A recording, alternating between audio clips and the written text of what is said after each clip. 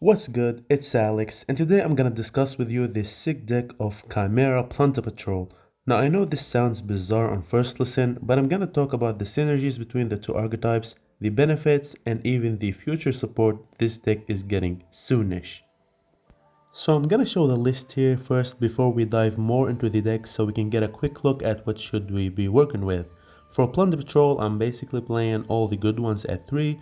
Whitebeard, Bluebeard, and Goldenhair are all good to put into the graveyard with Chimera Fusion for their different beneficial graveyard effects, and Black Eyes is the best extender, being able to grab something back while putting itself on the field in a straight up +1. Redbeard is being played as a one-off. It's definitely the worst to fuse with, and it's only here to be summoned off Whitebeard as an extra tag out into a ship during the opponent's turn. For the Chimeras, I'm playing all the starters at 3 and only one pair from it because it's not something you usually go for turn 1, it's more of a follow-up play or a plan B type of thing turn 1 if you open no way to a plunder play.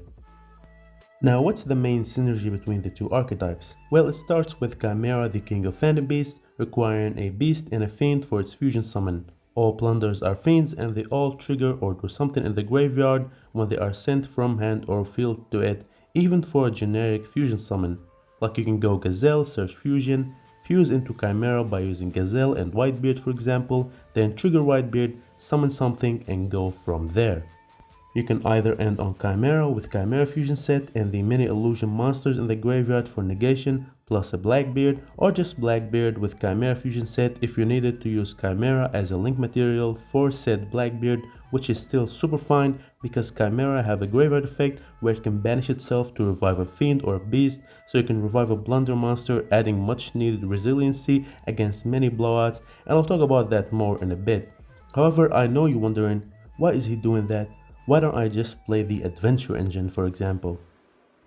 Well, the adventure engine definitely have its own pros, like for example it doesn't eat up your normal summon, although it doesn't have as high of a ceiling or resiliency to blowouts as I mentioned before.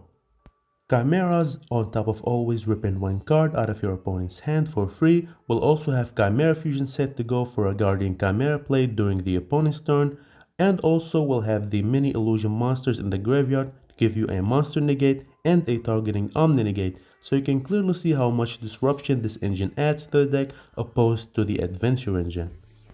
How about the board breakers part though, like Dark Ruler, Droplet, Lava Golem, Kaijus, etc., or even stuff like Evenly and Storm if you don't have the Jord token up on your opponent's field? How do you play through that with the help of Chimeras? Well, let's say you get Dark Ruler, Dropleted, or Lava Golem on your Blackbeard and Griffin Rider in your normal setup. That will suck pretty bad.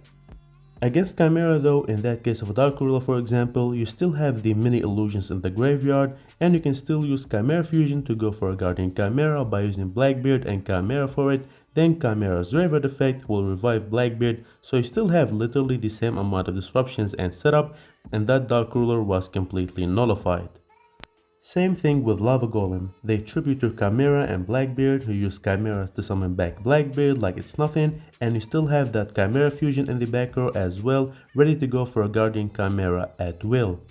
And even the times when you would use Chimera as a link material for Blackbeard, you would still have that graveyard effect to revive something like a Whitebeard for an extra tag out, making your ceiling higher still and helping you play through a Dark Ruler or an Imperm on your Blackbeard. So I'm not saying this is better or worse than the adventure engine, but it's definitely offering something different and could be more flexible, more resilience, not to mention it does have more starters and much better follow-up than the adventure engine with 3 Gazelle, 3 Sword Knight and 3 Cornfield. Talking about my decks real quick, I'm playing triple Book of Moon, triple Chimera Fusion because that's 6 cards that beat Imperm, Veiler and Ghost Mourner, and these cards gonna be super popular this upcoming format, not to mention that Called by the Grave is also a 7th card that beats set cards aside from Imperm of course, but it also goods in the face of other cards like Ash for example. Triple Tactics talent also helps punishing hand traps while being super good against Kashtira, the strongest deck in the TCG to date. Reminder that tech cards will always change depending on the format of course. I personally do see this engine having legs in Plunder, giving the deck something fresh to work with, something different and more flexible against blowouts and being more grindy as well. However, it's important to note that if you're picking up this deck, you have to be good at Plunder or at least aiming to be good at it first and foremost. Understand the basic combos and stuff like that because this is not a deck you can learn how to sequence and combo with in a matter of few duels only. Now, last thing I want to talk about here is the future support this deck is getting in the new set Age of Overlord. There's a new Chimera fusion which is Perfumit, the Phantom Beast Dark Ruler, and this new monster requires two monsters that are any combination of Fiend, Illusion, and Beast type, so it's a bit easier to summon than Chimera, although both are stupidly easy to make in this deck. What matters though, it's the effect. When it's fusion summoned, you can send a Fiend, Beast, or an Illusion monster from deck to graveyard, so you can send Golden Hair from deck to graveyard and revive it from there, accessing your plunders easier. It's not something you will go into every game by any means, but it's definitely a great slight power up to the deck. Going back to the list here real quick for a closing word, I'm not gonna say this is a perfect 40 cards pitch or anything like that, I just wanted to put the idea out there, it's just what I'm playing, it's definitely up for more polishing and more messing around with. You can also try Fit Magnum, the reliever in the extra deck too as an extra option in tight situations for Chimera Fusion. Who knows? I really hope you enjoyed the video though, if you did then please like, sub, it helps me massively and I hope you have a good day. Peace.